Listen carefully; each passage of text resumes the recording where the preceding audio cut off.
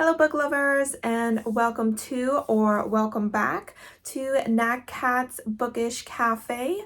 Today I will be going through all the books that I read in the month of July.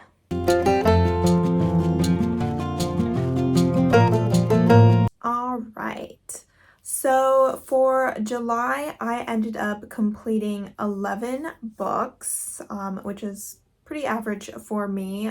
So I guess it was a decent-ish month. I did have 3 DNFs. 2 were DNFs that I'm just never gonna pick up again, and that is The Hating Game, and the other one is The Lost Apothecary. The third one is a book that I started, but I wasn't quite vibing with the audiobook, so I put it down so that later in the year I can pick up the physical copy, and that is Such a Fun Age. So that's a temporary DNF, but it is kind of a book that I started and just didn't complete. For these DNFs, the pages that I read, the hours that I listened to them do not count towards my overall stats. And I do not rate them, so they do not work against my average rating either. So I ended up reading 1,911 pages this month and ended up listening to 46.5 hours of audiobooks. Page number wise, I think it was like my second to lowest of the year, but audiobook wise, it was my highest. I was reading a lot of audiobooks this month, which you will see. My average rating ended up being 3.95, which is a lot higher than I expected, just because I didn't feel that great about this month's reading, but that probably has a lot to do with the fact that the DNFs don't work against it. So, you know, technically the month isn't or wasn't as great as the average rating may make you think, but since I don't count those, that is what it is. Now, as far as completing my July TBR, I did decent-ish. There's 3 books that I did not get to. 2 of them are A Skinful of Shadows, and the other one is We Hunt the Flame. As you can see, I've started both of them, but they're just not the books that I'm really in the mood for. These are more books that I personally would be reading more in the fall time. So I'm being a little bit of sluggish reader when I come to them, but I am pushing them over into August and will hopefully make some progress for them at that time. The third book is called The Devil's Highway by Luis Alberto Uri. I might be saying that wrong. This was actually the book that I selected for Amy's viewer prompt from A-Star Reads.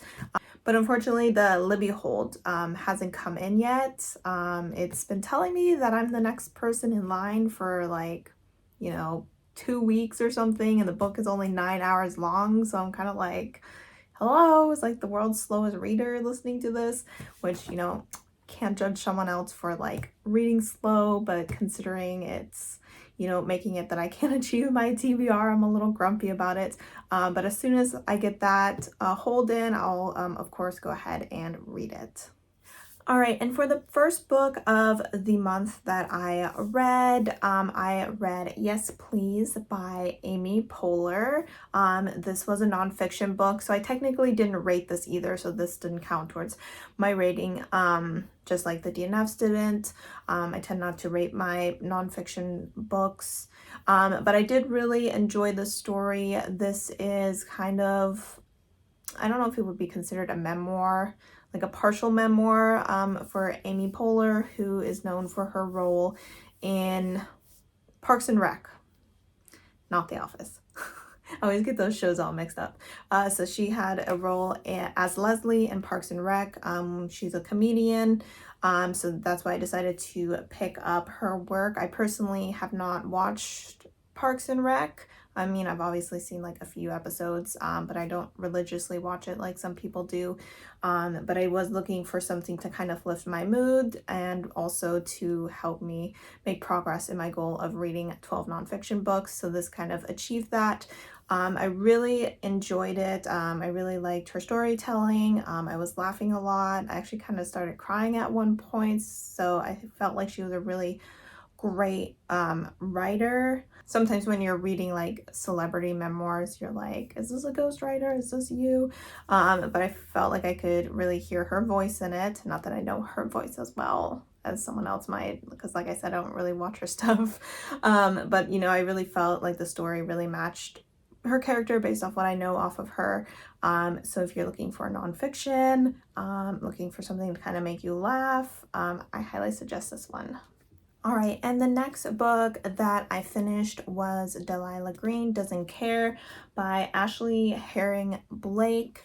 I believe I initially gave this a 3.5 stars, but the more I think about it, I think it's more like a 3-star. So I guess, you know, my average rating might be technically a little lower if I take this into account. This is a contemporary romance that follows Delilah and Claire. Delilah is a photographer in New York who gets kind of like called back to her hometown to photograph her stepsister's wedding. She really doesn't want to do this, but she really needs the money. So here she is. And then we have Claire, who is a best friend of the stepsister. She's also a single mother to a 10-year-old daughter who has some drama going on with her, you know, the father of the child as well. So pretty much in this book, Claire had approached Delilah in hopes of a one-night stand, not recognizing her from the past. And when she, of course, realizes who it is, you know, she kind of tries to pull away, but the two are really drawn to each other. I felt that I didn't really care about the relationship too much. And I was really not a fan of Delilah. She was a bit of an immature and annoying character who very much put herself in the position of the victim every single chance that she got. She didn't seem to understand that other people have problems as well, that other people, you know, experience grief in different ways, things like that. So, you know, it was a little bit frustrating to read this book from her point of view, which, you know, made it not the most enjoyable read. I did, for the most part, enjoy kind of like the side stories. They were kind of trying to break up the wedding because they were not a fan of the groom. And I also enjoyed the side characters quite a bit. So that's kind of what saved the story. But like the romance aspect, the main character, just not my thing. All right, and the next book that I finished was also an audiobook, and this is XOXO by Axio. This follows Jenny. This is a YA story, YA contemporary, and it follows Jenny, who is a cello player, and they live in LA, maybe? I can't remember where she lives. Anyway, so she lives there with her mom. Her father had passed away, and he's the reason that she plays cello.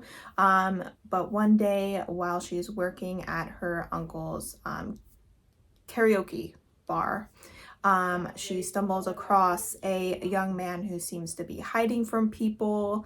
So they kind of spend the night together, kind of hanging out around town and things like that. And then he has to like really quickly leave, but he gives her his phone number and she's like, hey, that's awesome. So I'm gonna go ahead and, you know, text him even though he's going back to Tokyo. But we can be friends because we had a really great time. But then he like never responds to any of her texts. So she's kind of like frustrated about that. But her mom says that her mother is sick and so she is going to Japan to take care of her, and Jenny convinces her mother to take her along so that she can go to a music school that is there in Tokyo, where of course this boy and all the other members of his boy band happen to go. So I thought it was just a really sweet contemporary romance. It had, you know, those K-drama. I've been saying Japan, but they're in Korea. And so they're definitely not in Tokyo. So just ignore everything that I said prior to that. So he's part of a K-pop group because they are in Korea, not Japan, not Tokyo. They are in Korea. And it just follows them as, you know, she makes friends at the school, as she kind of juggles trying to be in a relationship with someone who has a lot of strict rules about being in a relationship, but also trying to be there for her mother and her grandmother, who is, you know, of course, sick at this time. And I just thought it was a really sweet story. It was, you know, really fun, really quick, just a really good time, and I gave it 4 stars. All right, so next I got to volume 4 of Monstrous, and I'll go ahead and just put in volume 5 as well, since I'm not really going to be talking about them individually too much. So I ended up reading these 2 volumes this month. This is a kind of sci-fi fantasy horror comic series that takes place in, I think the area is kind of based off like Asia, I think. And there are multiple groups of people. We have the witches and the humans, and I believe we also have something that are called like the Arcana, who are descendants of the gods, and they're more human-like lovers, and they are going to war. Pretty much this series is on the brink of a big war, and starting in volume 5, the war is really starting to ramp up. We follow the point of view of a young girl who has one of the old dead gods within her. It seems that this god has been carried within her ancestors throughout the years, and he is now awake because of the war that is occurring, and it's just following her as she is trying to just find the right allies, just trying to choose the right path. She's definitely a morally gray character, but you can definitely see a lot of personal growth with her throughout this series, through her and through the god within her, who's also well, currently kind of throwing a tantrum, but hopefully getting it together soon. So it's an enjoyable read. It's a little confusing for me, just because, you know, sometimes there's a ton of information that's given to you. There's a ton of different factions to keep track of. So for me and my little brain, sometimes don't 100% know what's going on, but overall, you know, I really enjoy the artwork and the concepts. I'm having a great time. All right, so the next audiobook that I listened to was Arsenic and Adobo by Mia Manansalo. And this follows our main character, Lila, or Lila. I think it was Lila. Our main character, Lila, who has recently returned to her hometown. She was living in Chicago for a few years, and some heartbreak and things like that had her crawling back home to kind of lick her wounds, but also to help with the family business, which has been struggling. Her mother and her aunts own a Filipino restaurant and have been having some trouble with a critic who happens to be Lila's ex-boyfriend. If I go between Lila and Lila throughout this entire video, I'm sorry. Anyway, so Lila is working there one day, and he comes in with his stepfather and ends up dropping dead. And the stepfather accuses them, because he was eating his food, or their food, of murdering him. So she's brought in for questioning, but is released on bail and decides to take that opportunity to try to solve the mystery of who actually killed them, or him. So there is a lot going on throughout this. We have, of course, the family aspect. We have a great friendship in there. We have the beginnings of some romances starting to bloom as well. We have her interacting with different restaurant owners who have also been the victims of, you know, her ex-boyfriend's terrible reviews. And there's other things going on with like drug distributions and schemes. So it's just a really exciting read. It's like a cozy mystery. So nothing like too terrifying happens. It's just like a good, fun, relaxing, yet, you know, entertaining and intriguing time. So I ended up giving this 4 stars, and I just realized I never told you what I rated Monstrous. Volume 4 I ended up giving 3.5 stars, and Volume 5 I ended up giving 4 stars. All right, up next, I went ahead and continued the Raven cycle by reading The Dream Thieves. This is book 2 of the series by Maggie Steve Farter. In this book, we continue off the first one, but we focus a lot more on the character of Adam. I really hope that's his name. Oh, no.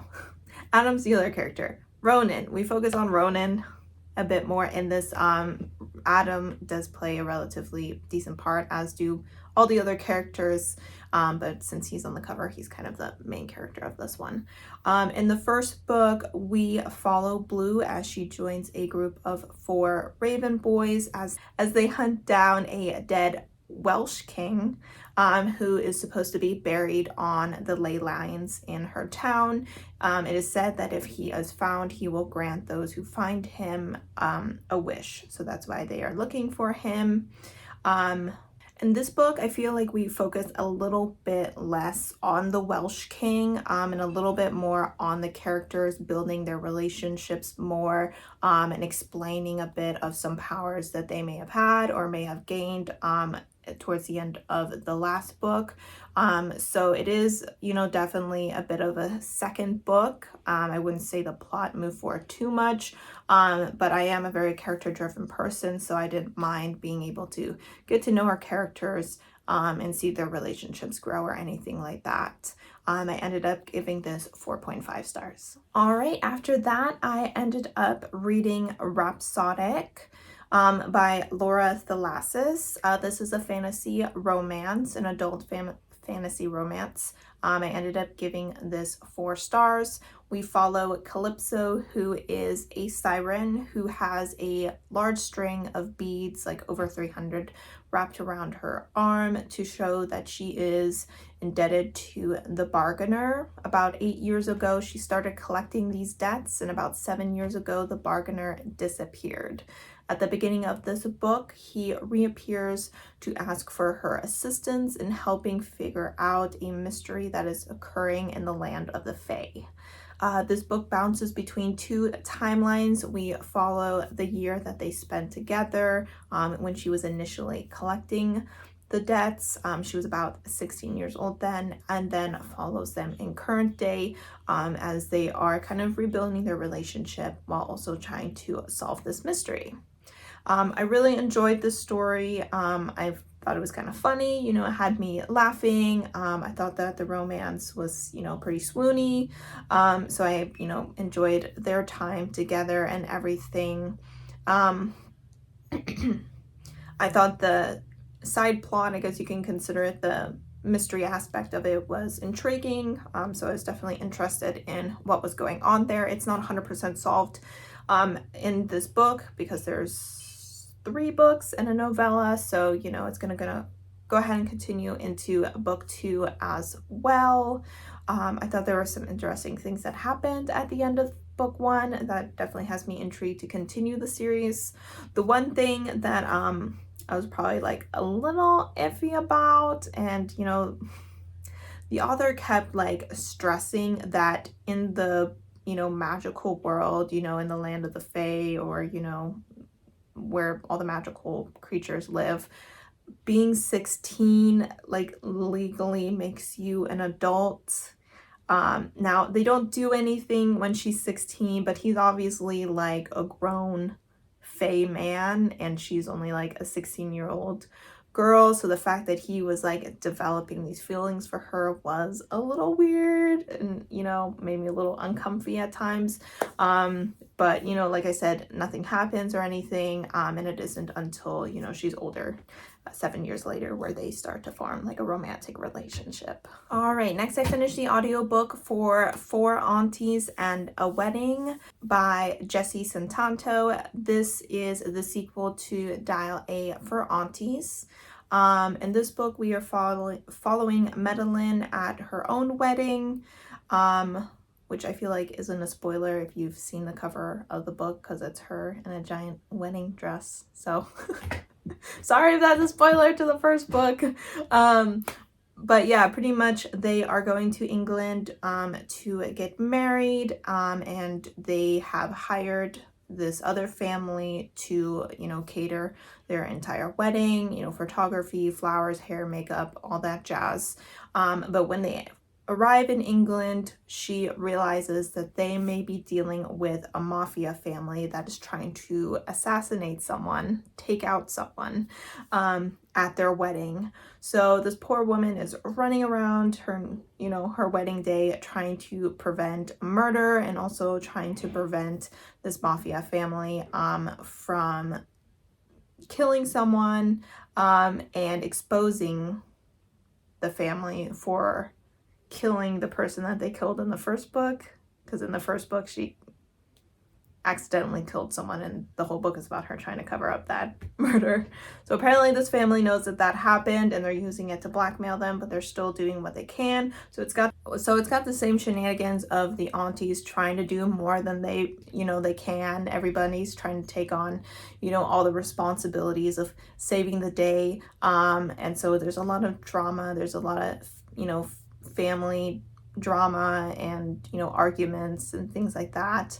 I had a really great time. I gave it only 4 stars, didn't love it as much as the first book because there were some aspects to it that I found a little frustrating, but overall it was a really great time to be with Madeline and the Aunties again, or Aunties. All right, so the last physical book that I finished was All Out, which is a queer teens throughout ages anthology or collection of short stories.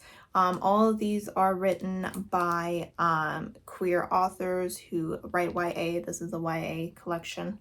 I ended up giving this 3.5. I rated each book individually, so if you want to check out my Goodreads to see what I rated each story, you can go ahead and do that, but then I just took the average of it and it was about 3.5. I am not a huge fan of like novellas and short stories. I usually require more world building, more time with the characters, things like that. So that was one of the reasons that I struggled a little bit with this. There were a couple stories that I really enjoyed, so I'll go ahead and focus on those. The first one that I really enjoyed and ended up giving 5 stars was Every Shade of Red by Elliot Wake. This was a male-male romance with a trans male. There was also a deaf rep in this story, and it was kind of like a Robin Hood retelling, and I was reading this and I was really enjoying the writing, I was really enjoying the characters, really enjoying the story, and then it just ended. So this wasn't even like a complete short story. It was kind of like one of those stories where like, is the author gonna like write a full story about this? Because there's no way that is just gonna leave me hanging like this. So I mean, even though I was upset that it was just leaving me hanging, I had to give it 5 stars because, you know, any story that just leaves you wanting more is a great story in my opinion. And the other story that I gave 5 stars was Healing Rosa by, let me look up the author's name, Taylor K. Masia. I hope I pronounced that all right. That was the last story in this collection, so, you know, it's good that it ended on a high note. And this follows a young girl who lives in, I think it was New Mexico, and she has a neighbor who I believe had escaped some sort of war in Mexico, and her father were living in New Mexico now. I think they might have been illegally there, I think. But the girl is sick. So, you know, the young girl that came from Mexico is very sick.